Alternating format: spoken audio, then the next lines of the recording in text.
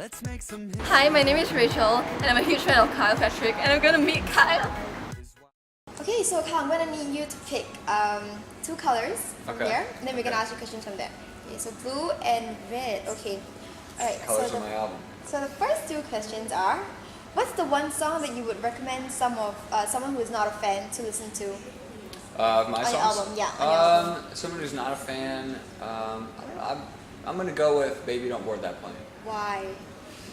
I don't know. I find that song is kind of like a universal song. I feel like it's a very heartfelt song, and it's from personal experience for me. And I'm really loving that track right now, just in general.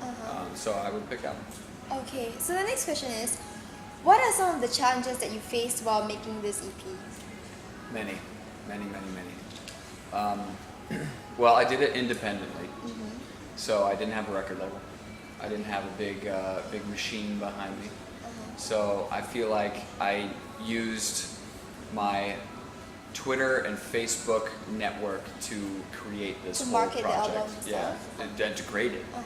Okay. So I did Pledge Music, which is a platform that allows me to work with fans yeah. and friends and family to create a production budget. To make the album. So basically, I could interact with fans. I could talk to them. I could post, rough versions of songs and like all these demo versions, and you know what I'm talking about. Yeah. And tons of videos, tons and tons of videos, just to let people know what I was doing on the process. So it was this kind of, while it started out very difficult because I didn't have any sort of really like assistance in it, it became this beautiful process because I could actually interact closely with fans. So what kept you going, like whenever you had these challenges? Like what made you... Well, I think the challenges creatively were, in the songwriting process, it was a little bit difficult at times because I wanted this project, this solo record, to be very collaborative and be very inclusive. Whereas in the past I've been a little bit more hesitant to showing people things that weren't finished. As a creative person, as an artist, it's difficult sometimes, anybody that does anything creative, it's difficult sometimes to show them something that isn't finished yet. So I really had to kind of let my guard down and let people hear that stuff that wasn't finished yet. And especially it was kind of pushing the boundaries for me to post it up online in an unfinished state. So I went to a couple dark places just because I was like getting criticism back. Like when I was working with my producer, I would send a song through to him and he would say that it's not quite there yet. And then I would work on it for days and days and days and days, and it's still not there yet. And then I would work on it for another couple of weeks and it's still not there yet. And so it was like this whole process that was just like, just had to keep going. Like all these songs, excuse me. All these songs went through so many different versions. Like you probably heard Go for Gold as Ready, Set, Go. Yeah. It's completely different, like a completely different song. Similar vibe, but it was way slower, had a different title, a completely different chorus, all these different things that, that fans were involved in. They had a piece in it, and they kind of helped me develop it and develop the whole style of the record. And everybody that was on Pledge Music and everybody that's been really helped you out. Really helped me out. Yeah, everybody on Twitter, like it's just been so warm and welcoming. Everybody has been. Yeah, Okay, so Rachel, you want to ask your question now to Kyle? Okay, hi. Hey. So, firstly, if you could be one superhero, who would you be? If I could be one superhero, oh man, I'm trying to think. Well, I don't know. I'm not like a superhero guy. Like as far as like, I don't read comic books. I don't like, but I've been getting the comparison to Spider-Man a bunch recently. Oh yeah, because Andrew Garfield and I apparently look alike. So I would just go with Spider-Man. Cool. Next question. Oh, and the next question. Maybe Don't Board That Plane, such an emotional song. So, what inspired it? Well, it is from personal experience. It's from a relationship I was in quite some time ago. It was basically a long-distance relationship, and those are very difficult, and they can be very tough. And you go, 3 days seeing somebody, and then you have to go a month without seeing them. And the back and forth between that and using, online to keep in touch isn't the same as physical touch, and physical presence is not the same.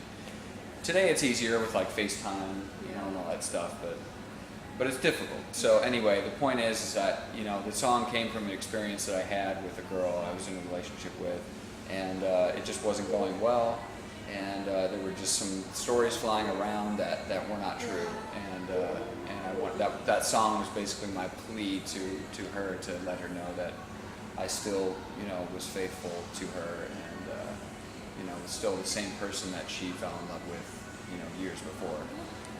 So that's what that song is about. I actually wrote that song for other artists, but still from personal experience, but I wrote it with other artists in mind, and it just nothing ever happened with it. So I still have the song, and I love it so much, so I decided to record it myself, and I think that, because it's from personal experience, makes it that much more meaningful, that it's been through a lot, and it's definitely the oldest song on the album that I've had for a long time, and I've played it in so many different venues and by myself, and just played it acoustically a bunch, and probably seen videos online. So it's a long history behind that song. So you have picked two more questions from here as well. Okay. Let's see here. How about green and this one? Okay. These all go well together. I'm picking these are all nice. Okay. These are all nice colors together. Okay. So, what is happening with the Click 5 now? That's a good question.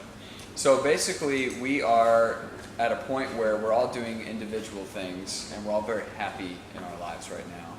And it's kind of a natural evolution of a band. If you're lucky enough to have some success, which we have been very, very lucky, you're very busy when that happens, and you do a lot of things for years and years and years. You do a lot of work, and you work every day, day in, day out for years, and that's kind of where your head is at.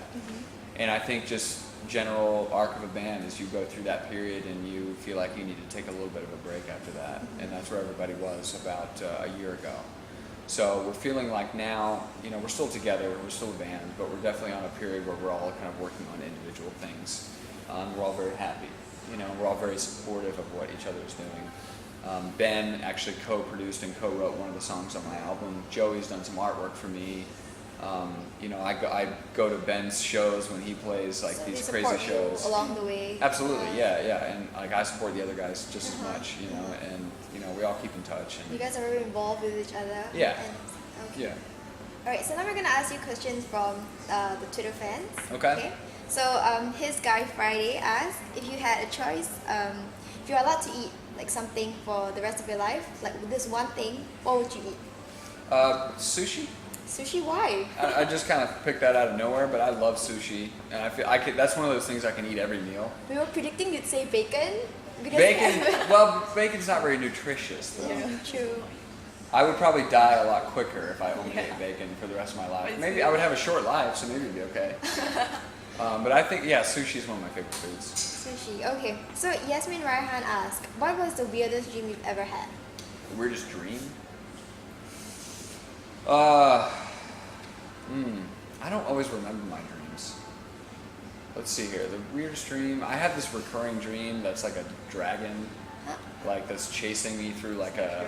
Dragon. That's a dragon like chasing me through like this green kind of like swamp, but then like the swamp drops off into like this Grand Canyon. But it's all like, but the Grand Canyon is like covered in like nature, and it's covered in, like I have to close my eyes to like visualize it. But it's like this dragon, and he has like these big ears, like he's one of those lizards that runs on water. Oh, I don't remember. What are they called? Yeah. Like, what is it? No, it's very veiny and scaly. Yeah, and yeah, stuff. and they Like run on that, water. yeah. They run on water, Yeah. and they have the giant like thing that blows out here. So it's one of those, and he chases me, and and it's through a restaurant.